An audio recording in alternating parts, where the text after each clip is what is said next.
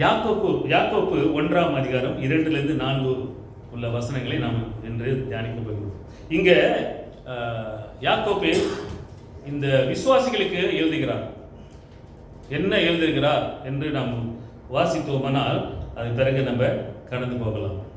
பாருங்க, பெரும்பாலும் வந்து பார்த்தோம் நம்ம வாழ்க்கையில் மனிதர்கள் யாராவது தாக்கணும்னாக்கா, யாராவது தாக்கணும் என்று சொன்னாக்கா அவர்கள் என்ன செய்வார்கள்? ஏதாவது கையில் என்ன கிடைக்குதோ அதை எடுத்து தாக்குவாங்க. ஆமாவா இல்லைங்களா? இன்றைக்குள்ள அணுவாதிகம் ஆயுதம் இன்னைக்கு உலகமே அப்படித்தானே இருக்குது. ஆக அதுதான் அது வந்து ஒரு மனிதனை நம்ம மேற்கொள்வதற்கு தாக்குவதற்கு இப்படியாகத்தான் ஏதாவது கையில் கிடைக்குமா அதை வைத்து தான் தாக்குவார்கள். ஆனால் அன்றாட வாழ்க்கையிலே பிரச்சனைகள் வரும்பொழுது நீங்கள் பயன்படுத்தும் ஆயுதமோ என்னது? இப்படி ஆனால் நம்முடைய வாழ்க்கையில இப்படி ஒரு பிரச்சனை வரும்போது நம்ம என்னத்தை நம்ம பயன்படுத்துவோம்? தாக்குறதுக்கு என்ன பட்டயமோ, அப்புறம் என்ன வேற என்ன இருக்கு? துப்பாக்கி இல்லையா? அப்புறம் கத்தி, வேற என்ன இருக்கு? அணுகாயம், அணு ஆயுதமா? ஆயுதம். இது போன்று தான் நம்ம தாக்குறதுக்கு இதான் பிரயாசப்படும். ஆனால் அது அல்ல பிரியமானவர்களே. வாழ்க்கை பிரச்சனைகள் நீங்கள் சமாளிப்பதற்கு வேறு விதமான ஆயுதங்கள் பயன்படுத்த வேண்டும் என்று இங்கே யார்? யாக்கோப்பு சொல்லுகிறார். ஓகே, அது என்ன? அது பிறகு நம்ம யாக்கோப்பு 1:2-4 வரைக்கும் நம்ம யாராவது வாசிங்க. ஓகே, இந்த இந்த இந்த பகுதியை நான் வாசிக்கும் பொழுது எனக்கு ஒரு சம்பவம் தோன்றுகிறது. அமெரிக்காவில் குடும்பத்தில் ஏதாவது ஒரு பிரச்சனை, இது வந்து ஒரு செய்தியில் எனக்கு கேட்டது. ஓகே, ஒரு அம்மா ஒரு செய்தி சொன்னது. அமெரிக்கா தேசத்தில் குடும்பத்தில் பிரச்சனை வரும்போது இவங்க என்ன அங்கெல்லாம் என்ன செய்வாங்க? சண்டை போட்டு சண்டை போட்டுக்குவாங்க, எல்லாரும் பேசி ஏதாவது தீர்த்தணும் அப்படின்னு நினைப்பாங்க. அதில் என்ன ஒரு சம்பவம் நடந்தது என்றால், ஒரு வாலிபன், குடும்பத்தில் உள்ள வாலிபன் பிரச்சனை ரொம்ப தாங்க முடியாதனால என்ன செஞ்சுட்டான்? அங்கே துப்பாக்கிலாம் ரொம்ப சுலபமாக கிடைக்கும். அவன் வீட்டில் உள்ள எல்லாத்தையும் சுட்டுட்டான். சுட்டு இது உண்மையான இப்போ நடக்கிறதெல்லாம் சம்பவங்கள் இதெல்லாம் நடக்குது இல்லையா? அமெரிக்காவில் நடக்குது, செய்தியில் பார்க்கலாம், இல்லை நியூஸ் பேப்பரில் பார்க்கலாம். இதெல்லாம் நடந்து கொண்டு இருக்கிற சம்பவங்கள் நம்ம காதால் கேட்குறோம், கண்ணால் நம்ம பார்க்குறோம். அப்போ அவன் சுட்டுட்ட பிறகெல்லாம், அவன் கொண்டுட்ட பிறகு ஐயோ அவனுக்கு வந்து தாங்க முடியல, ஐயோ நான் தப்பு பண்ணிட்டுனே, பாவம் செஞ்சுட்டுனே அப்படின்னு சொல்லி அவன் பிறகு என்ன செய்கிறான்? உணர்றான். கொண்டுட்ட பிறகு உணர்றது புண்ணியம் இல்லையே. உயிரோடு இருக்கும் பொழுதே நீ வந்து அது சரியாக முறையில் அந்த பிரச்சனையை தீர்க்க வேண்டியது உன்னோட கடமை. ஆனால் அதை விட்டுட்டு நீ போயிட்டு இந்த மாதிரிலாம் ஆயுதத்தை எடுத்துகிட்டு போய் சொல்கிறது, கொள்வது, இது வந்து கடவுளுக்கு அப்பாற்பட்ட ஒரு காரியம். ஆக இப்படியாக இதை செஞ்சிட்டானே என்று அவன் இப்படியெல்லாம் நாம் பார்க்கிறோம் அல்லவா? இதெல்லாம் செஞ்சிட்டேன்னு சொல்லிட்டு அவன் வாழ்க்கையில் ரொம்ப மனஸ்தாபப்பட்டு ரொம்ப ரிக்ரெட் பண்ணுறான். Regret, what you say? Regret மனஸ்தாபப்படுறான். ரிக்ரெட்னா ரொம்ப மனஸ்தாபப்படுகிறான் இல்லையா? ஓகே, நம் வாழ்க்கையிலே பயன்படுத்த வேண்டியது என்ன? நம்முடைய வாழ்க்கையிலே பயன்படுத்த வேண்டியது அது ஒரு ஆயுதம் உண்டு. அது வேதத்தில் உண்டு என்று இன்று உங்களை மத்தியிலே நான் இது பகிர்ந்து கொள்ள விரும்புகிறேன். ஓகே, வாசிப்போமா? வாசிங்க. யாக்கோப்பு 1 எங்க அம்மா வந்திருக்குங்க, வாசிங்க. என் சகோதரரே, நீங்கள் பலவிதமான சோதனைகளில் அகப்படும்போது உங்கள் விசுவாசத்தின் பரீட்சையானது பொறுமையை உண்டாக்கும் என்று அறிந்து அதை மிகுந்த சந்தோஷமாக எண்ணுங்கள். நீங்கள் ஒன்றிலும் குறை உள்ளவர்களாய் இராமல் பூரணராயும் நிறை உள்ளவர்களாயும் இருக்கும்படி பொறுமையானது பூரண கிரியை செய்ய கடவுது. இங்கே நமக்கு பொறுமை உள்ளவர்களாக இருக்கணும் என்று இங்கே ஆண்டவர் இங்கே யாக்கோப்பு மூலியமா எழுதுகிறார். யாக்கோப்பு யார் என்று தெரியுமா? இந்த புஸ்தகம் எழுதும் யாக்கோப்பு யார்? யாக்கோப்பு யார்? ஜேம்ஸ் யாரு? இல்லை யாக்கோப்பு யாரு? இயேசுவோட தம்பி, இயேசு கிறிஸ்துவோட தம்பி, அடுத்த அம்மா. ஓகே, எல்லாம் தெரிஞ்சுக்க. ஓகே, அப்ப இப்படியாக யாக்கோபு இப்படியாக எழுதுகிறார். என்ன எழுதுகிறார்னா, விசுவாசிகளுக்கு அவர் எழுதுகிறது என்னவென்றால், இந்த சோதனையும் இந்த வேதனை, அந்த ட்ரையல்ஸ்னாக்கா சோதனை டெம்டேஷன் இது வரும் என்று இவர் இந்த விசுவாசிகளுக்கு நமக்கு ஒரு எழுதுகிறதை பார்க்கிறோம். 13வது வசனத்தை பார்த்தீங்கன்னாக்கா, 13வது வசனம், சோதிக்கப்படுகிற எவனும், அப்படின்னா எல்லாருமே சோதிக்கப்படுகிறார் இல்லையா? நான் சொன்னது போல எல்லாருக்குமே சோதனை முடியும். சோதிக்கப்படுகிற எவனும் நான் தேவனால் சோதிக்கப்படுகிறேன் என்று சொல்லாது இருப்பானாக. அப்ப கர்த்தரால் தான் சோதிக்கப்படுகிறான் என்று. ஆனால் ஆண்டவர் சோதிக்கிறது இல்லை, ஆண்டவர் பரிசோதனை செய்வார். பரிசோதனை, பரீட்சை, அதான் பரிசோதனை, சோதிக்கப்பட்டார். அதை தான் அங்க சொல்லுகிறது, சோதிக்கப்படுகிறேன் என்று சொல்லாது இருப்பானாக. தேவன் பொல்லாங்கினால் சோதிக்கப்படுகிறவர்கள் அல்ல. அப்படின்னா தீமையினாலும் தீமையை வச்சு ஆண்டவர் சோதிக்க மாட்டார். அதுதான் அங்க சொல்றாரு இல்லையா? ஒருவனையும் அவர் சோதிக்கிறவரும் அல்ல. எப்படி சோதிக்கப்படுகிறான்? 14 வாசிங்க.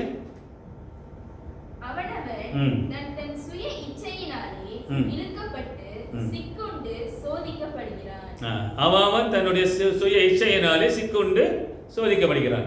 அப்படின்னா என்ன அர்த்தம்?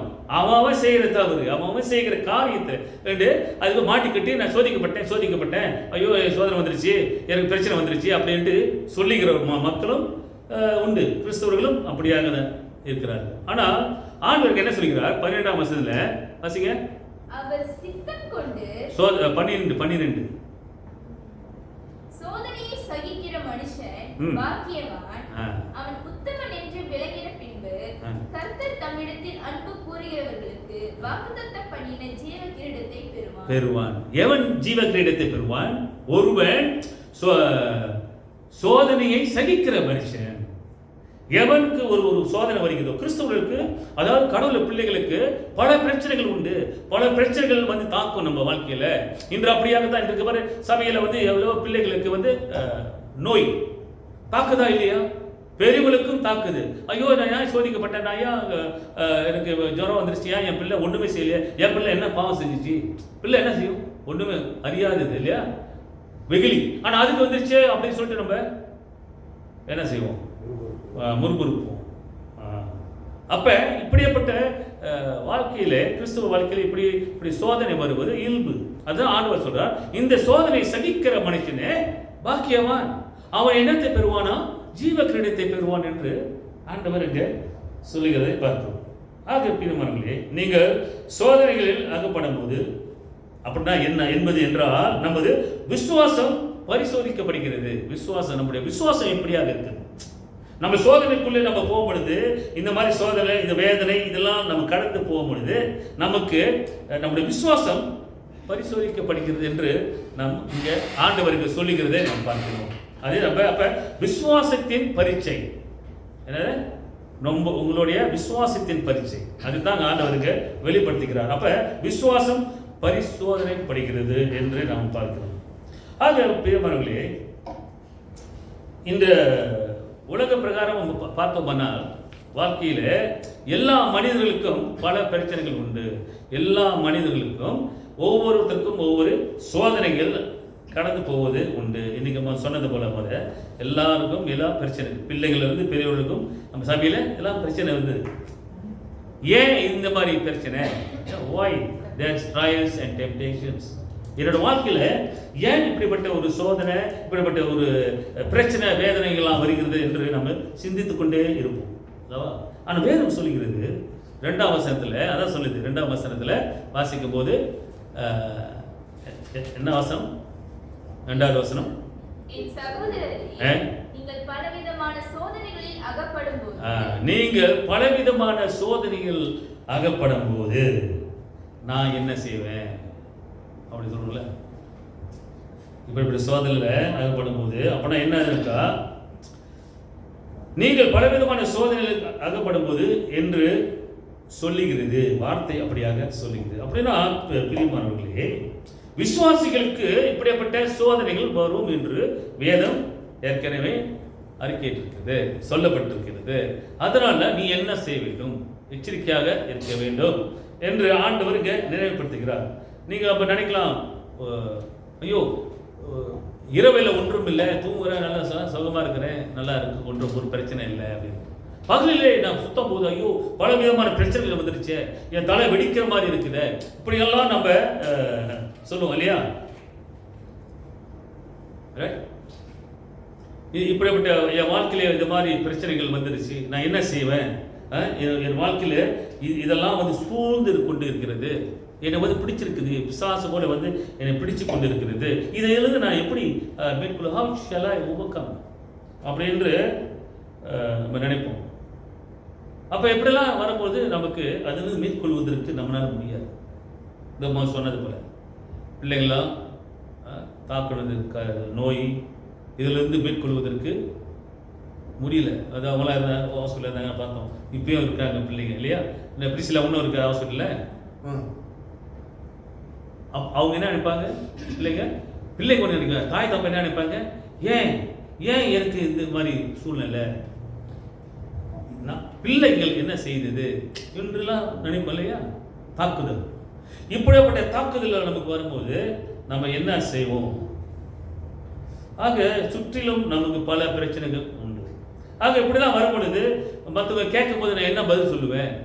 நம்ம பிரச்சனை வாழ்க்கையில் நம்ம பிரச்சனை வந்துருச்சு. இப்போ பாருங்க, ஒருத்தர் வந்து ஒரு ஹாஸ்பிட்டல் இருக்கிறாரு, அவருக்கு வந்து ஸ்ட்ரோக் அடிச்சிருச்சு, மைல்ட் ஸ்ட்ரோக். அவர் ஒரு போதகர், நல்ல விசுவாசி.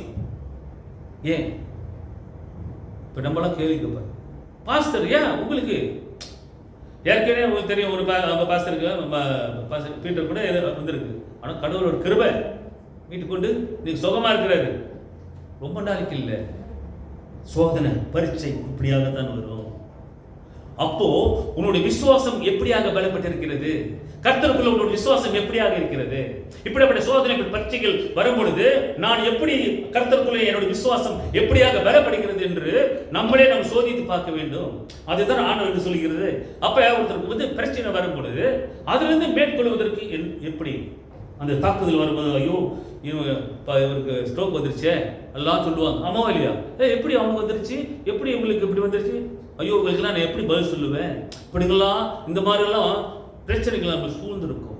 அப்படிலாம் இருக்கும் பொழுது பல கடன் தொல்லை, தொலைபேசி தொல்லை, இதெல்லாம் வரும் இல்லையா? என்னாச்சு ஏதாச்சு அப்படின்னு கேட்டுக்கிட்டே இருப்பாங்க. சரி, இப்படிலாம் வரும்போது பெருமானங்களே, இப்படிப்பட்ட சோதனைகளிலிருந்து நீங்கள் ஜெயம் கொள்ள வேண்டும். இப்படிப்பட்ட சோதனை பிரச்சனைகள் வரும் பொழுது அதிலிருந்து மேற்கொள்வதற்கு நாம் ஜெயம் கொள்ள வேண்டும். ஜெபமே ஜெயம். எதிலிருந்து நம்ம மேற்கொள்ள வேண்டும்? இல்ல எப்படி? ஜெபத்தினால, தேவனுடைய வசனத்தினால. இரண்டு தான். தேவனுடைய வசனம் ஜீவன் உள்ளது. தேவன் நம்முடைய விண்ணப்பங்களை கேட்கிற தேவன். கேளுங்கள் தரப்படும். அப்ப நம்முடைய இப்படியாக சோதனையிலிருந்து நீங்கள் ஜெயம் கொள்ள வேண்டும். எப்படின்னா நீங்க சொன்னது போல விசுவாசத்தின் பரீட்சையிலிருந்து நம்ம இதெல்லாம் நான் கடந்து போகும்பொழுது, ஏன் இந்த மாதிரி பிரச்சனையிலிருந்து நம்ம எப்போ நம்ம இந்த மாதிரி பிரச்சனையிலிருந்து விசுவாசத்திலிருந்து பலப்படுவதற்கு இந்த பிரச்சனையிலிருந்து நம்ம கடந்து போகும்போது நம்மளுடைய விசுவாசத்தை சோதிக்கிறது. பிரச்சனை வரும்போது சோர்ந்து போகிறோம் அல்லவா, விலகி போகிறோம். பிரச்சனை வரும்போது பின்வாங்குகிறோம், ஆமாவா இல்லையா? இன்று அப்படியாகத்தான் இன்று என்னோட பிள்ளைகள்லாம் ஹாஸ்பிட்டல் இருந்தது, சீக்கு நோய் என்ற போது அம்மா அப்பா என்ன நினைப்பாங்க? ஏன் ஆண்டவர் இப்படி செய்யறாரு, எதுக்கு அப்படின்னு. அம்மாவா இல்லையா? ஷாலினி நீங்க அப்படி நினைச்சிருக்க மாட்டேன், ஆனா ஒரு பக்கத்துல ஏன் போய் சும்மா அப்படி நோய் வருது அப்படின்னு இல்லையா? அதனால தான் அந்த 12ஆம் வசனத்தை 13ஆம் வசனத்தை வாசிச்சோம். எதனால இப்படி? ஓகே, அது வேற. ஆனா இப்படி உங்க விசுவாசத்தை சோதிக்கிறதுக்காக இப்படி தோன்றும். அப்ப நம்முடைய விசுவாசம் எவ்வாறாக இருக்கிறது, அது எப்படி மேற்கொள்கிறோம் என்று நாம் யோசிக்கணும். ஆக பிரியமானவர்களே, இது விசுவாசத்தின் பரீட்சை என்ன உண்டாக்கும் என்றால் முடிவிலே பொறுமையை உண்டாக்கும். அதான் நம்ம வாசிச்சோம் அல்லவா? எத்தனை வசனமா? 4வது வசனத்தில் அதான் சொல்லுகிறது, நீங்கள் ஒன்றிலும் குறை உள்ளவர்களாய் இராமல் பூரணராயும் நிறை உள்ளவர்களாயும் இருக்கும்படி பொறுமையானது பூரண கிரியை செய்ய கடவுது. அப்ப அந்த பொறுமை நம்முடைய வாழ்க்கையிலே அது கிரியை செய்யும். நம்முடைய வாழ்க்கையிலே அது உதவும். நம்முடைய வாழ்க்கையிலே அது உதவி செய்யும். என்னது? பொறுமை. பொறுத்தவன் அதான் 12ஆம் வசனம் வாசிச்சோம் இல்லையா? இப்போ என்ன 12ஆம் வசனம் என்ன வாசிச்சோம்? 12ஆம் வசனத்துல என்னம்மா? சோதனை சகிக்கிறவன் மனுஷன் பாக்கியவான். அவன் என்னத்தை பெறுவான்? பொறுமையா இருந்தவன் என்னது? என்ன பொறுத்தவன் பூமி ஆழ்வான், கிரீடத்தை பெறுவான். புரியுதா? அப்போ பொறுமை நம்ம வாழ்க்கையில அந்த பொறுமை இருக்க வேண்டும். அதுதான் ஆண்டவருக்கு அழகா சொல்லுகிறது பார்க்கிறோம். பொறுமையானது பூர்ண கிரியை செய்ய கடவுது. ஏன் கர்த்தர் கடவுள் பிள்ளைகளுக்கு இப்படியாக சோதனை கொடுக்கிறார் என்று நம்ம நினைப்போம். அவர்களுக்கு பொறுமை உண்டாக்கும்படியாக, பொறுமை உண்டாக்கும் பொருட்டாக ஆண்டவர் இப்படியாக செய்கிறது. இப்படிப்பட்ட ஒரு சோதனையிலிருந்து ஆண்டவர் நமக்கு கொடுக்கிறார் என்று நம்ம சிந்திக்க வேண்டும். கர்த்தர் பிள்ளைகளை சோதிக்க மாட்டாரு, ஆனால் பரிசோதனை செய்வார் என்று நம்ம புரிந்து கொள்ளணும். ஆக இவர்களுக்கு பொறுமை உண்டாக்கும்படியாக இப்படியாக ஆண்டவர் நமக்கு இதை விடுகிறார். அப்ப இந்த மாதிரி சோதனைக்குள்ளே நம்ம வரும்போது இங்க என்ன நம்ம பார்க்கிறோம் என்ற பிரியமானவர்களே, நம்ம விசுவாசம் எப்படியாக இருக்கிறது. ஆக அந்த விசுவாசத்தை நிமித்தம் நம்முடைய எப்படி நம்முடைய வாழ்க்கையில அந்த பொறுமையை எப்படி நம்ம கடைபிடிக்கிறோம் என்று தான் நம்ம சிந்திக்க வேண்டும். நம்ம நினைக்கலாம், என்ன today you say I am not, இன்றைக்கு நீங்கள் சொல்லலாம், ஐயோ நான் என்னது பொறுமையாக இருக்க முடியலையே, என்னால் சகிக்க முடியலையே, பொறுத்து கொள்ள முடியலையே, இப்படிலாம் அப்படிலாம் பேசுறது கேட்கறதெல்லாம் பொறுத்துக்க முடியலையே. அப்போ இதெல்லாம் வருதுனாக்கா பாருங்க, விசுவாச பரீட்சை நடத்துகிறார் என்றால் என்னத்தினால? அங்க 4வது வசனத்துல 3வது வசனத்துல சொல்லுது, உங்கள் விசுவாசத்தின் பரீட்சையானது பொறுமையை உண்டாக்கும் என்று. பொறுமையை, அந்த விசுவாசம் பரீட்சையா பொறுமை நம்ம வாழ்க்கையிலே வரணுன்றதுக்காக. அப்ப அதை மிகுந்த எப்படி எடுத்துக்கொள்ளணும்? இப்படி இந்த மாதிரி சோதனை வரும்போது நம்ம எப்படி எடுத்துக்கொள்ளணும்? என்ன எப்படி அங்க போட்டிருக்கு? சந்தோஷமாய். முடியுமா? முடியுமா? ஆனால் வேதம் சொல்லிக்கிறது, சந்தோஷமாய் அதை ஏற்றுக்கொள்ளும் போது ஆண்டவர் கிரியை செய்வார். கிரியை செய்ய கடவுது. அப்படிதான் ஆண்டவர் இங்க நமக்கு உணர்த்துகிறார். ஆக விசுவாச பரீட்சை நடத்துகிறார் என்றால் சந்தோஷமாய் அதை எண்ணுங்கள் என்று வேதம் சொல்கிறது. ஆக பிரியமானவர்களே, இப்படியாப்பட்ட சோதனை நமக்குள்ளே வரும் பொழுது, நம்ம இந்த மாதிரி சூழ்நிலை நம்முடைய வாழ்க்கை தாக்கும் பொழுது சோர்ந்து போகாமல், அதாவது இப்படி ஒரு சூழ்நிலை வரும்போது யாரோ நம்முடைய உறவுகள், நம்முடைய நட்பு, நம்முடைய யூனிட்டி, நம்முடைய ஒற்றுமை, இதிலிருந்து நம்ம விலகாதபடிக்கு கர்த்தரிடம் நம்ம அணுகி அவர்களிடம் நம்ம ஒப்புரவாதமாகி கர்த்தரிடம் நம்ம ஜெபிக்கிறவர்களாக இருக்கணும். Ask for help, pray and ask God to help us. கர்த்தரிடம் நம்ம அர்ப்பணம் செய்து ஒப்புரவாதமாகி கர்த்தர் நம்மளை உதவி செய்ய வேண்டும் என்று நம்ம அதை மேற்கொள்வதற்கு கர்த்தருடைய உதவி நமக்கு தேவை, வேற யாரும் இல்லை. இந்த சோதனை இப்படி எல்லாம் வருது, இதெல்லாம் இயல்பு என்பது நமக்கு தெரியும். ஆக பிரியமானவர்களே, ஒன்றை நீங்கள் உறுதியாக இருக்க வேண்டும். எப்படின்னா, பொறுமை உங்கள் வாழ்க்கையில் கிரியை செய்ய கடவுது என்று வேதம் சொல்லுகிறது. அந்த பொறுமையாக நம்ம இருந்து கடை செய்தோம்னா கர்த்தர் நமக்கு அந்த தக்க பலன் கொடுப்பார். ஆக எப்படிப்பட்ட சோதனை வந்தாலும் கூட நம்ம அதிலிருந்து மேற்கொள்வதற்கு ஆண்டவர் நமக்கு உதவி செய்வார் என்று நம்ம விசுவாசிக்க வேண்டும். சரிங்களா? ஓகே, கர்த்தர் தான் உங்களை ஆசீர்வதிப்பாராக. ஆமென்.